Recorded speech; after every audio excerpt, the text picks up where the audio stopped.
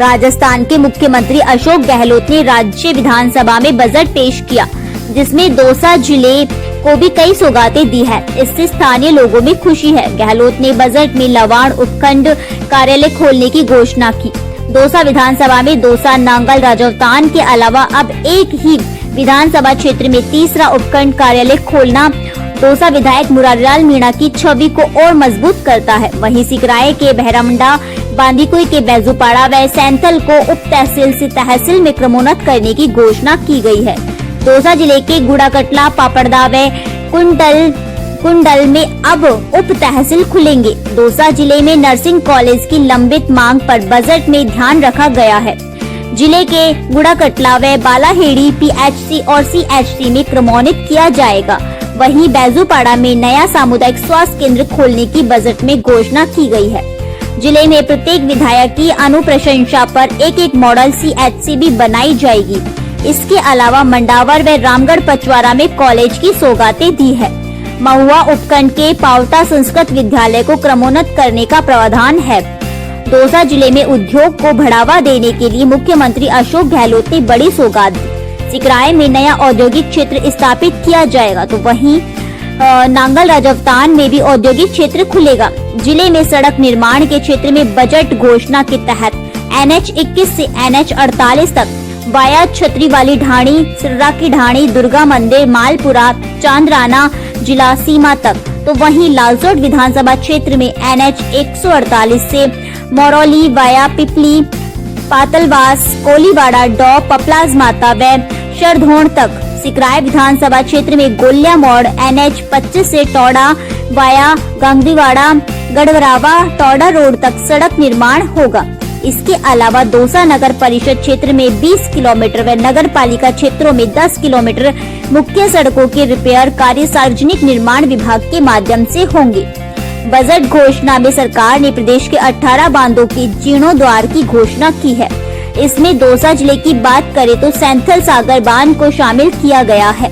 Budget घोषणा में मुख्यमंत्री ने दौसा में वरिष्ठ सिविल न्यायाधीश व अतिरिक्त मुख्य न्यायिक मजिस्ट्रेट न्यायालय खोलने का जिक्र किया है। इस संबंध में दौसा विधायक मुरारीलाल मीणा ने मुख्यमंत्री को पत्र लिखा था। जिले में कृषि जिन्सों व उत्पादकों के व्यापार व निर्यात को बढ़ावा देने के लिए मिनी फूड पार्क खोला जाएगा। वहीं अलावा टाउन हॉल बनाने की भी घोषणा की है। सरकार ने प्रदेश के प्रमुख धार्मिक स्थलों को जोड़कर धार्मिक पर्यटन सर्किट बनाने की योजना प्रस्तावित की। इसमें दौसा जिले के प्रमुख आस्था धाम मेहंदीपुर बालाजी मंदिर को शामिल किया है। हालांकि दौसा में पेयजल व सिंचाई योजना के लिए बजट में खास प्रावधान नहीं है। वहीं जिले के सिकंदरा, मानपुर जैसी जगहों के लिए पत्थर उद्योग को बढ़ाने के लिए ठोस योजना नहीं बनाई गई है।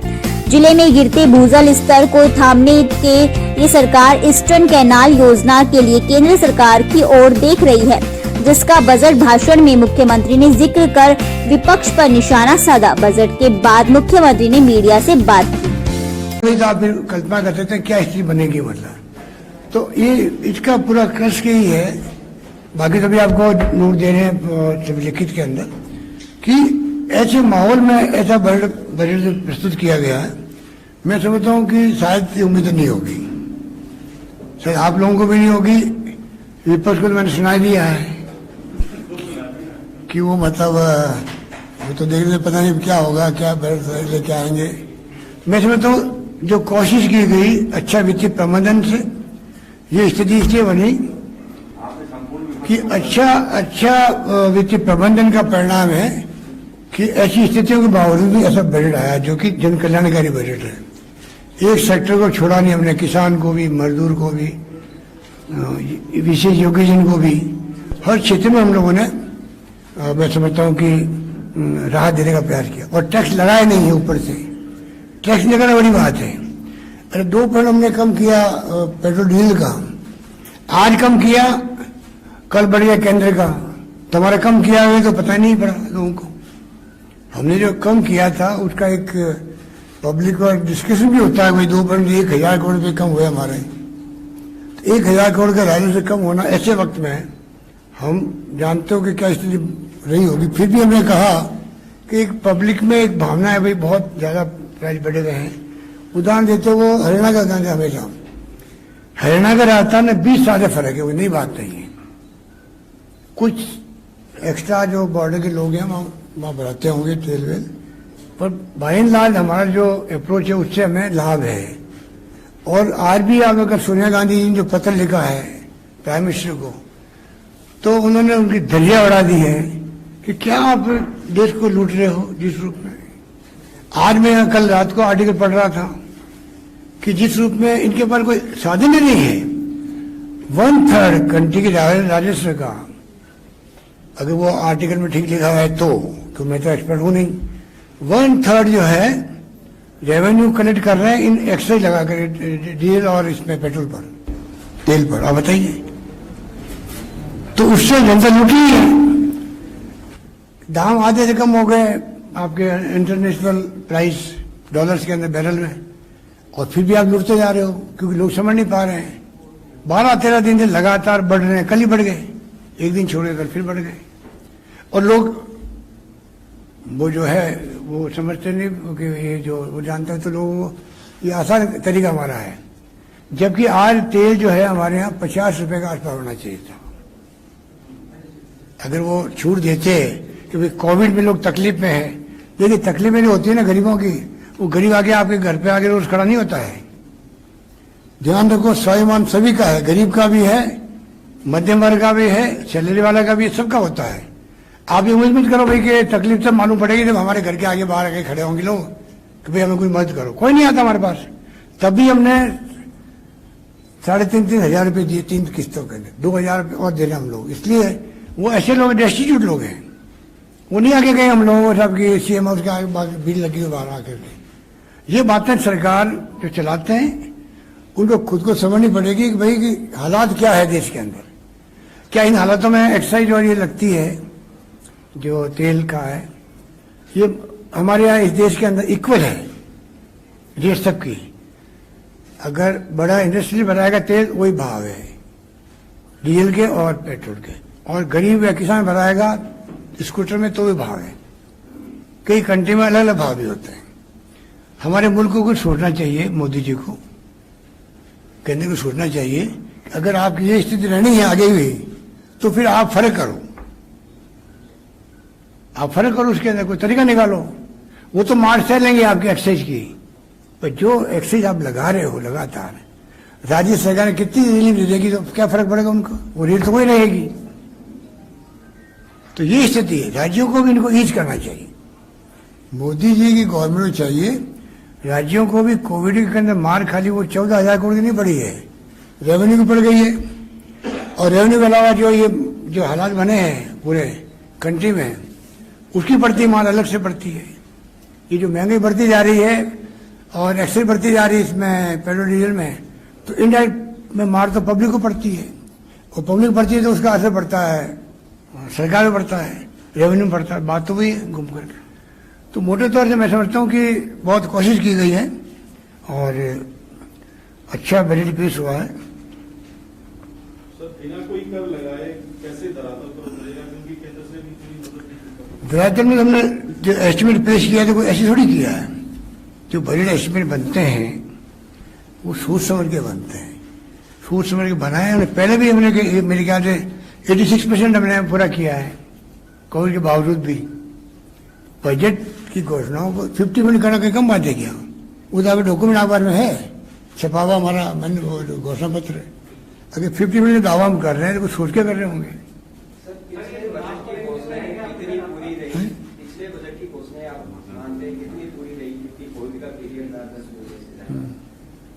जादू से, मैजिक से करते हैं। नीचे बोला यार,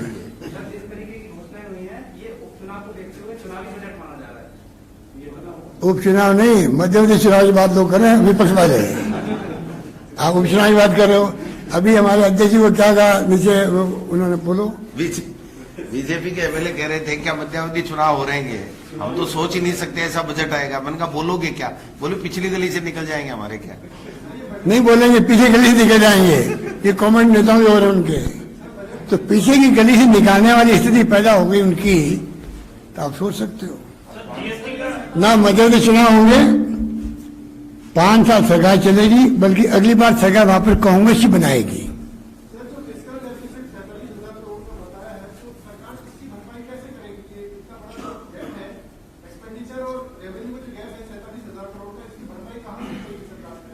अभी तो मैंने बताया आपको, इनको जवाब दिया ना मैंने।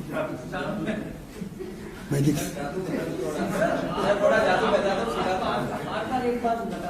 अभी मैंने जो जुड़वाया है, ये जो वो है ना, क्या वो भाट और क्या कहते हैं, गाड़े लोहार भाट आठ जो जुड़वा ना, तो मैंने इनको कहा भैया एक मदारी भी जोड़ दो। आप समझ सकते हो मदारी कितना अच्छा मैजिक बताता, बताओ।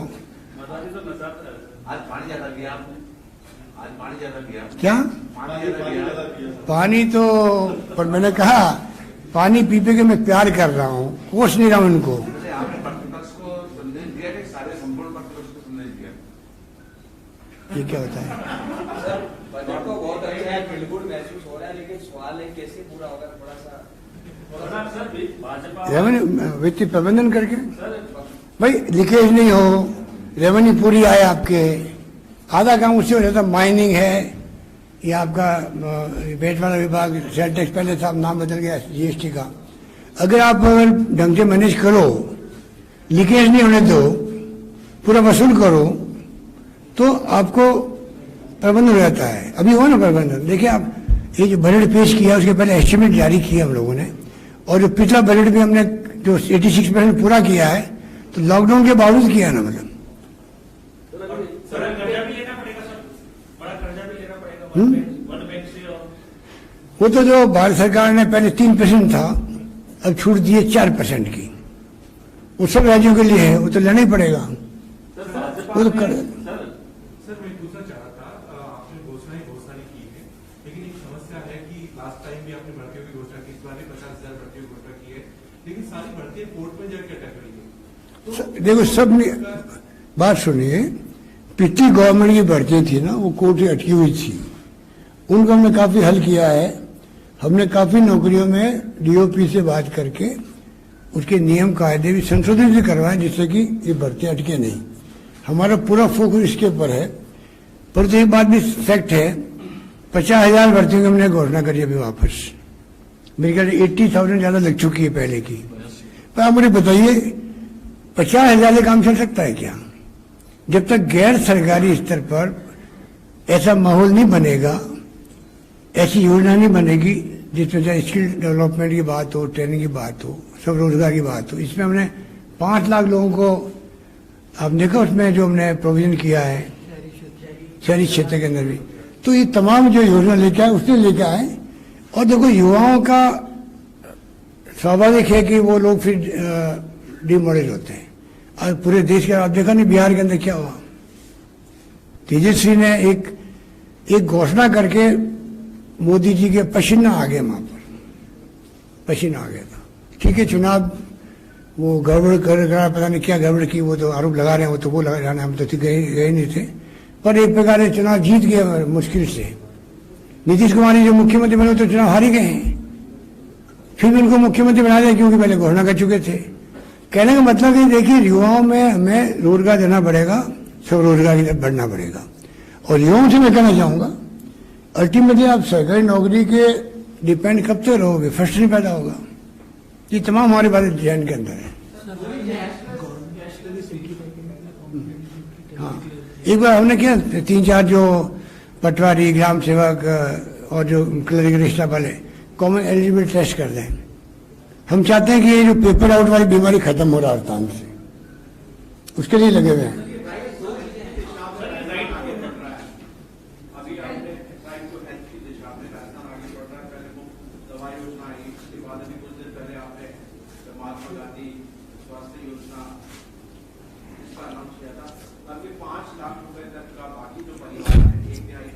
आप इसको सुनिए, ये पहला क्वेश्चन आपको यही होना चाहिए था कि जिस राज्य में यूनिवर्सल लागू किया हमने, सभी प्रदेशवासियों ने लागू कर दिया है, सबको 5 लाख बीमा मिलेगा। किसी राज्य में है क्या देश के अंदर? ये वो स्कीम है, सबको मिलेगा। सिर्फ जो पैसे वाले हैं वो चाहें तो 1800 रुपये या 1900 रुपये जो भी प्रीमियम आता है, आधा वो जो है उनको मिलेगा। इसका मतलब यूनिवर्सल लागू कर दिया हम लोगों ने इस योजना को।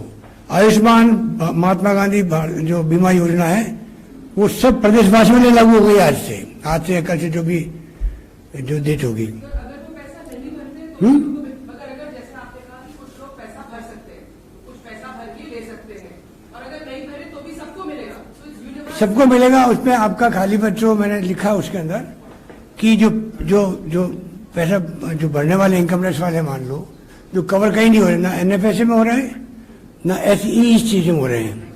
उसके अलावा हमने संविदा कर्मियों को, मार्जिनल किसानों को, लघु सीमांत उनको सबको किया, उनको छोड़ दो। बाकी जो बच गए हैं वो 850 में भर सकते हैं कोई आदमी। 850 भर के आप प्रीमियम 5 लाख का अगर आप लाभ उठाते हो प्राइवेट हॉस्पिटल में या गवर्नमेंट, इससे बड़ी स्कीम क्या होगी।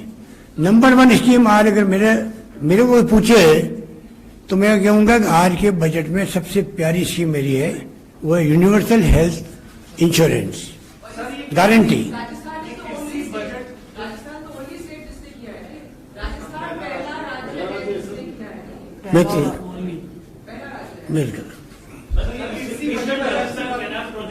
इस रूप में पहले ही किया है, जिस रूप में हमने किया ना।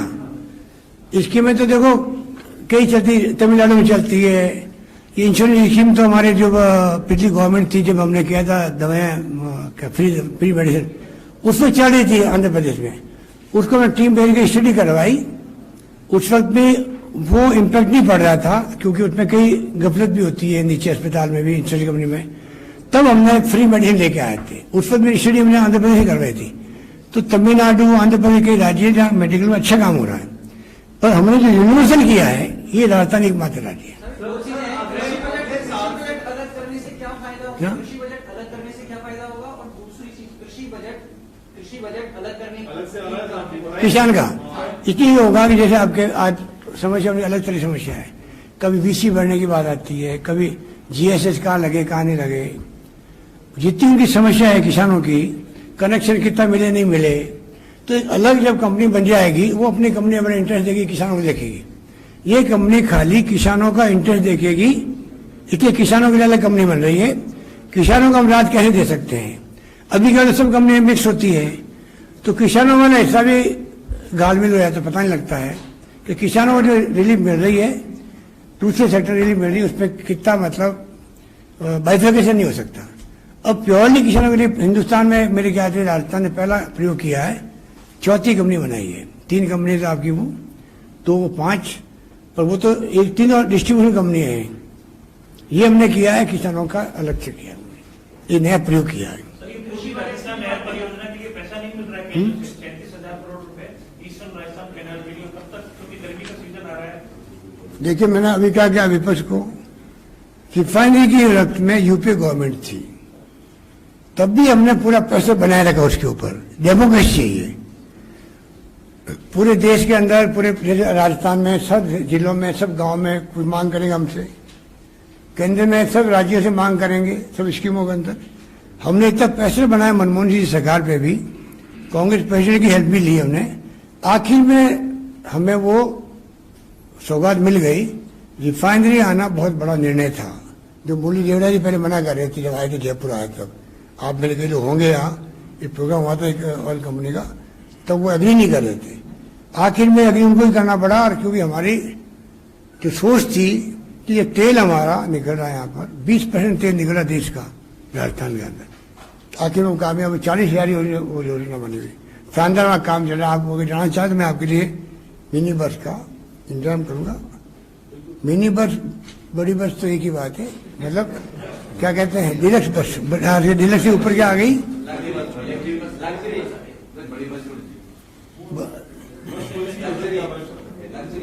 क्या लग्जरी बस, लग्जरी का। 15 दिन का डेफर्ड वेतन आप लोग वापस देंगे, तो क्या इसको क्या? कोप करने की कंडीशन है क्या? ठीक है, राज्य कर्मचारियों का जो डेफर किया था 15 दिन दे रहे का, हैं वापस। वो वापस देंगे, तो उसकी स्थिति आ गई है क्या कि हम यार बार बार क्यों कर रहे हो? मैजिक है भैया, समझा करो बात। बार बार कर रहे हो तुम।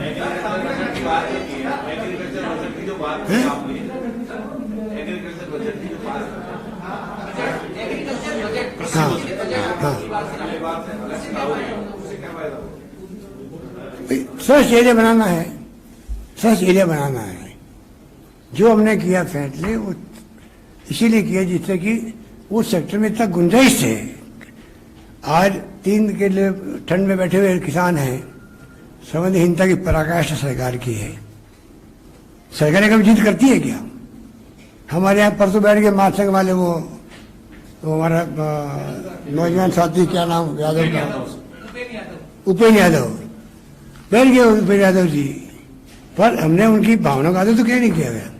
यही डेमोक्रेसी है।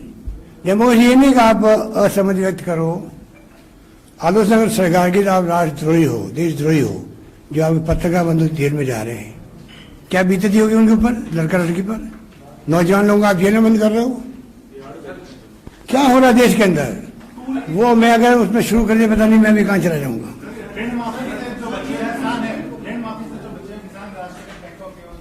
क्या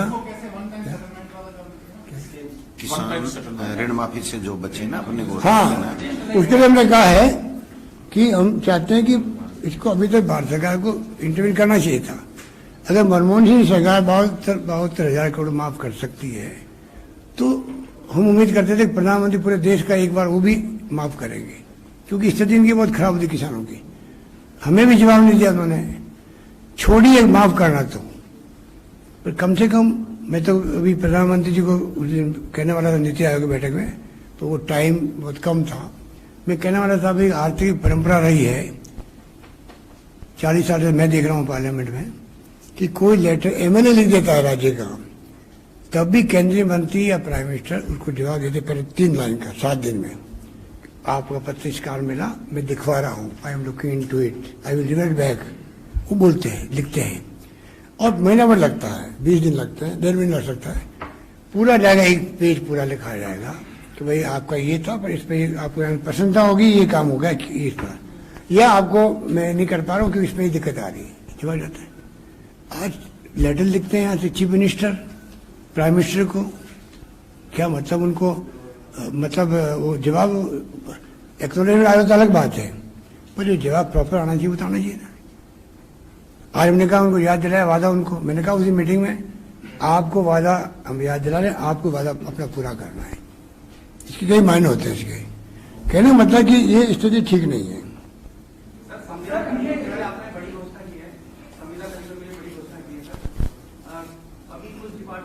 इसके पहले क्या क्वेश्चन था? नहीं, मैं समझ गया तो मैं पहले वाला क्वेश्चन पूछा, क्या क्वेश्चन? वन टाइम सेटलमेंट पूछ रहे थे तो आपने ये बताया था कि गवर्नमेंट ऑफ इंडिया ने अभी हमारे जवाब नहीं दिया, हम वन टाइम सेटलमेंट कैसे कराएंगे? हाँ, वो मैं पहले उसका वापस जवाब देता हूँ, 1 मिनट में। उसमें हमने ये तय किया है कि बैंकों के जो इनके बोर्ड होते हैं उनके हम संपर्क में हैं। हम चाहते हैं कि जो वन टाइम सेटलमेंट आप इंडस्ट्री का भी करते हो, 90% छोड़ते हो उनका पैसा, अगर 10 करोड़ भी है उनका, 20 करोड़ 25 करोड़ भी है तो 90% का सेटलमेंट कर लेते हो आप लोग। उनकी जो सेटलमेंट की स्कीमें हैं तो क्या आप किसान के लिए नहीं कर सकते क्या? तो हम उनसे बातचीत कर रहे हैं, हम चाहेंगे कि तो भी हम उनका पैसा चुकाना चाहते हैं हम लोग, इसलिए बोले। अब बताओ आप।